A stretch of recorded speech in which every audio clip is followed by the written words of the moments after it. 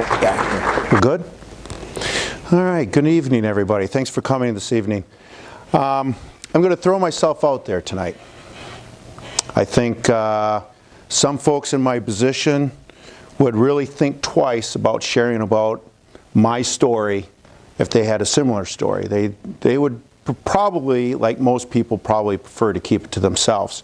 However, my take on it is that isn't going to benefit anybody in this audience, or is it going to benefit our community if I keep my story to myself?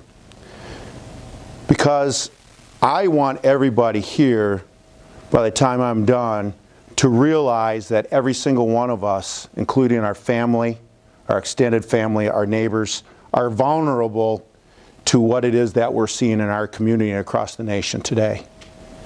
And my story is a repeated story across the street, next door, or possibly even in our own homes. And it started like this. 3 years ago, I was struggling, and I mean struggling, with constantly being tired. And I'll be honest with you, I had found myself end up dozing off in my own office. It frustrated me. I am the type of person, I am going to give you 8 hours of work, and then you know what, I'm going to find some work to do after work. There's plenty to do around the house. I have lots of ambition and energy. That's the Todd Priebe that I know. I was very frustrated with what I was going through. I went and saw a nurse practitioner who said, it's got to be your diet. Are you trying to lose weight? Are you know, maybe it's your exercise. And I knew right away when I left that office, I said, that's got nothing to do with it. That's not it. I asked for a testosterone test. Maybe I'm low on testosterone. After talking to some folks, they were kind of thinking maybe that's what it is. Well, when the test came back, that was not the case. Well, about this time, there was no answers to why it is that I was fatigued all the time. About this time, I'm working with a doctor and actually replacing both of my knees. At the age of 50, it's kind of young, but after the MRIs and the X-rays and everything else, there was no choice that if I was going to live an active life, I had to make a big decision. So I decided to have both knees replaced. So along with that comes the 6 days after the surgery. You can imagine the amount of pain that there is. Some people handle it better than others. I would have to say I'm probably average. And I certainly was in need of some sort of relief in the form of an opioid. And I don't respond well to opioids. My body I am better off with a Tylenol with codeine than I am the Vicodins, the Percocets, the Oxycontins, the hydrocodones. I don't do well with those. I feel nauseated. I was frustrated because I would take the pain medicine. Not only does it have an impact on you and constipation and some other things, I felt nauseated all the time. I couldn't do my physical therapy while I was at Progressive Healthcare, and doctor finally had me go to Tylenol 3, as long as I can handle it. I'm like, all right. It was working out for me. Well, 2 months is actually 2 months of just misery for me and my recovery from my knee replacements. It was 2 months of not feeling normal at all. And that's all I wanted to do, was feel normal. I forgot what normal was there for a while. Physical therapy went to ATI. Great folks over there. And the pain, I mean, I really exerted myself at those physical therapy. I wanted to get the most out of these knees, and I pushed myself. And the doctor had gave me tramadol to help with that. When I took that tramadol, it had a reverse effect that tramadol normally has on folks. On the bottle, it will say, to be careful driving may cause drowsiness. What tramadol did for me was almost like an amphetamine. It gave me the feeling of so much energy that not only did I go out and I knocked out physical therapy and really pushed myself, I would go home and mow the lawn. I would go home and get so much done. And I remember recalling, wow, I'm back. Now this is the way I remember how I felt all the time. I'm back. Wow, life is good again. I'm doing well in physical therapy. I feel motivated to go home and get something done. Work is going good. Well, then reality hit. The nurse called up for another refill on the tramadol. And the nurse says, I'm going to have to talk to the doctor. She comes back and says, the doc says, okay, I'm going to fill this one more time, but you're going to have to wean yourself off of this. And I said, well, this is a non-narcotic, right? I mean, I'm not going to have a problem with this. Oh, no, you're right. But it wasn't until I read a police report, doing my normal functions as a police executive, I guess you can say, law enforcement executive. And I read a police report on an arrest of an individual who was picked up for selling somebody's prescription of tramadol. You can imagine right there and then when I read that, that's no police report that I have ever seen before that included tramadol. It was all the other drugs, crack, methamphetamine, heroin, oxycodone, oxycontin, the whole gamut, marijuana, blah, blah, blah, blah. I never read in a police report tramadol. Anxiety went through my body right there and then. And I decided to look up online and learn more about this tramadol. And I literally freaked out. I went cold turkey. It took me 4 days to wean myself off of that. And if you don't think that for 4 days that I struggled, I wanted to feel normal again. I want to be Todd Priebe again. I had to resist that for 4 days, and it was quite a struggle. I was back to feeling very fatigued. Then I decided, hey, I gotta go back to seeing the doctor, see what the heck is going on. And that's exactly what I did. Went back to my personal doctor, and I gave him kind of how I was feeling, and he flat out said, you're depressed. I can't be depressed. I got a good family life. Work is going great. I am proud to be your sheriff. Best job I ever had. I'll never have a job as good as this one. I don't have the stresses at work. I don't have the stresses at home. Financially wise, I'm fine. My kids are good. I don't have issues with my kids. They get good grades. They're in athletics. They're good. I don't have, what do you mean I'm depressed? And he says, you know, that's a bad word to label this, because this is something that happens to good people for no reason. But you're depressed. It's not exactly what I wanted to hear. You can almost imagine. But now you're probably starting to piece things together. That tramadol was masking my depression. And I was using the tramadol, and I'll be honest with you, after a while, I really didn't need it for the physical therapy anymore. I was taking it because, you know what, it made me feel as if though, you know what, I can get a lot done today. And I'll be honest with you, that's why I wanted that refill. Just give me one more refill, Doc. I want to feel normal again. And this does it for me. I am not the only person that deals with struggles. We all do. And it's how do we end up where we are? You see how it is that I got sucked into this. I'm a law enforcement officer. You would think that, boy, the last person that's going to get sucked into something like this, an addiction, is going to be the sheriff. I'm here to tell you, it crept up on me. Didn't realize what was happening until I read that police report. And then it started to click. You think Brett Favre woke up one day and he thought that being addicted to Vicodin was going to make him an all-pro again? No, he had some pain he was dealing with. And that's what ends up happening, is that good people are falling into an addiction, a dependency that starts off innocently. Nobody wakes up and says, you know, I'm going to be I'm going to be an addict. Nobody does that. I've yet to find anybody who wanted to be an alcoholic, a crackhead, a heroin junkie. I haven't found anybody. And I'm not going to find anybody. This is something that happens to good people and creeps up. I personally know of people that have had surgeries that fell into the same trap I did. My wife, our firstborn, Benita, she was a C-section. My wife was on Oxycontin. She got to that point and she says, Todd, get this stuff out of this house.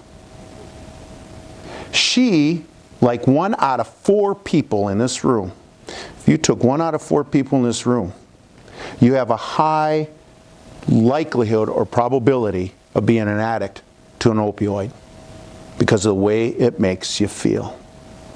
My wife said that that stuff made her feel so good that it actually scared her, that she was going to be dependent on it. I had to ditch it. She's one of those 4 people that responds differently than I do. That stuff makes me nauseous.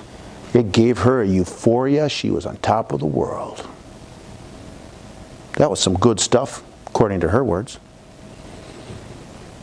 Innocently enough, prescribed, legally used. There was no misuse there. But that's what drugs do. We deal with struggles, stresses, pain. Let me throw this stat at you. In 2014, there was 843 overdoses in the state of Wisconsin. 48% were opioid-related overdoses. 27% was heroin. What do you think was the age of those that overdosed? What's the range? I'll give you the first one, 20. What do you think the second one was? Where's that range? I'll tell you right now, every single one of us in this room falls in that range. It was 20 to 70 years old. High number in the 50s. What happens when we're in the 50s? Those of us that are in our 50s, maybe it's that high school injury. Wrestling did me no favors. Weight room did no favors on my shoulder. We start getting those aches and pains. What takes away that pain?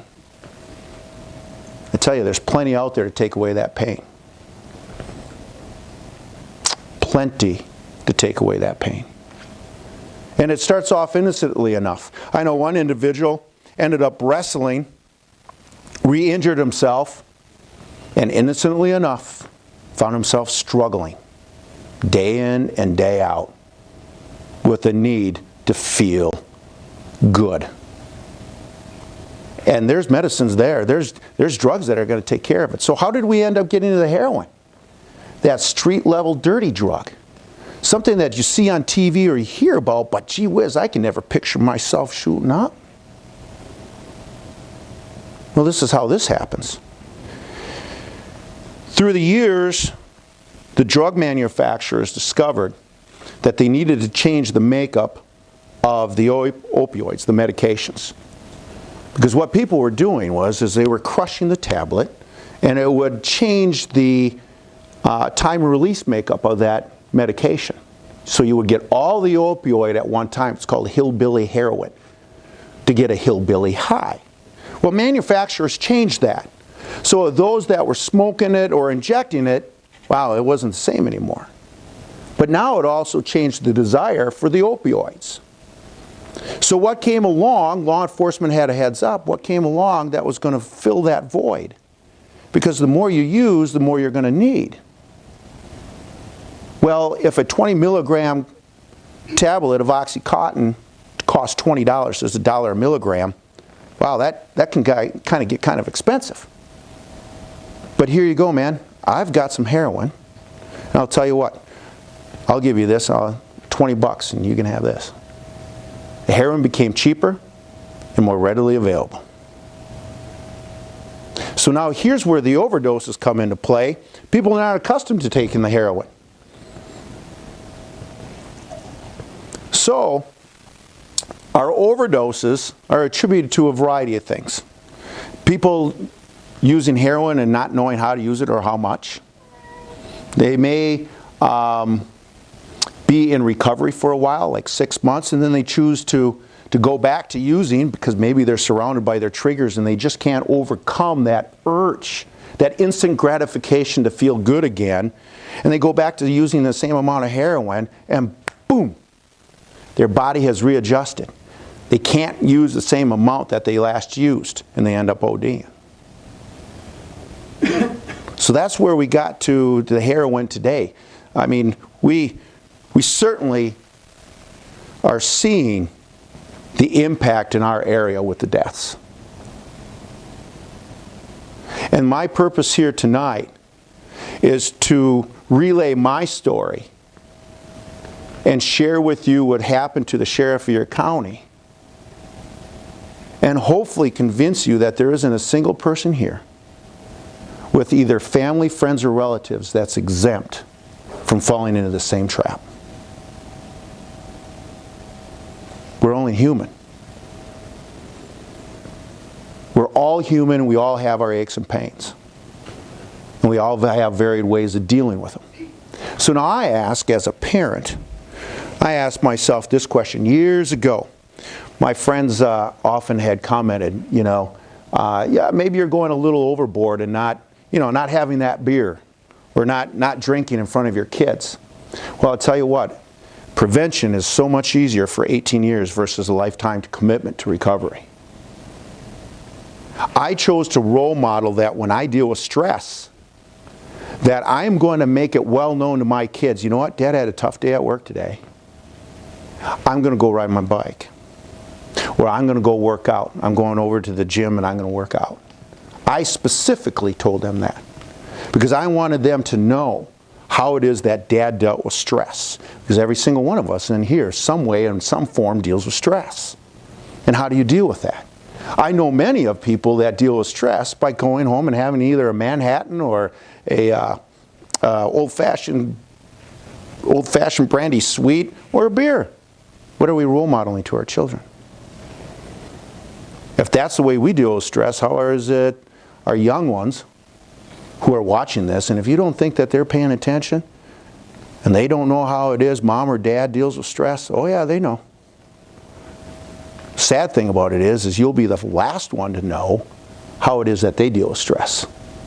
I've been doing just this job long enough that parents are the last one to find out that their kids are using or abusing alcohol or drugs. But how are we role modeling to our grandkids?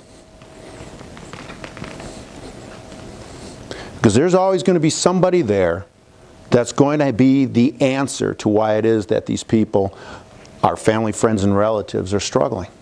How much stress are we putting on our especially our kids? I got one that just went off to school, Carroll University. She put enough stress on herself because her goal was to be valedictorian. I never pushed her. My wife and I never ever pushed her. She was big into sports, swimming and softball. I know there are some that put so much emphasis on the sports that it stresses the kids out without them realizing it. I certainly could have went to Bonnie and read her the riot act of why it is that she didn't get a 105 in her butterfly. You're not working hard enough. You should be able to get a 105 in your senior year.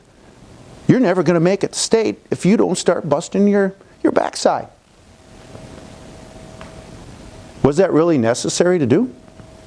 Did I not just put more stress on her to perform athletically? Considering she's already put enough on for herself academically. Are we putting too much on our kids and adding that stress that causes them to feel as if, I'm tired? And believe me, the schools have kids that will recognize it.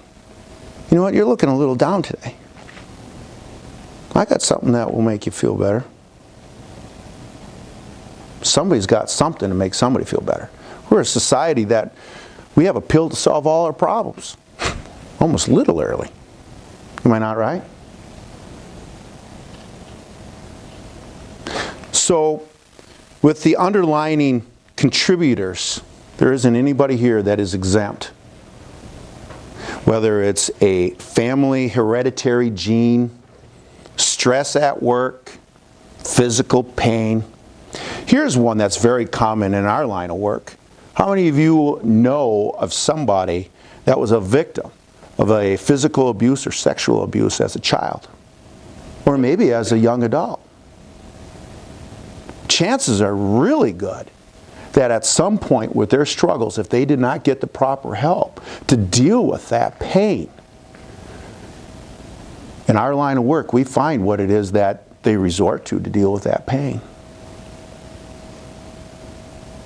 And most often it is some sort of drug that comforts that memory they have, that pain that they take with them and drag with them every single day. And unfortunately, as we call it in our line of work, job security. I could do without that.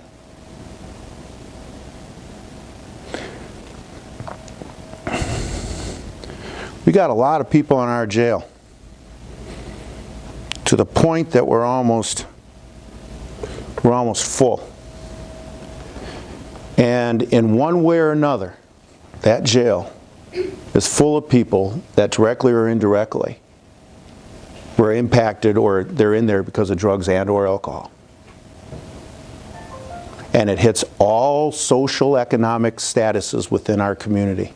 There's no higher ups or lower downs that are exempt from what it is that we see happening in our communities and across our country with the drug abuse and misuse. It's not just not the people we stereotype as drug users. It's impacting everybody. Doctors, lawyers, cops. Good people.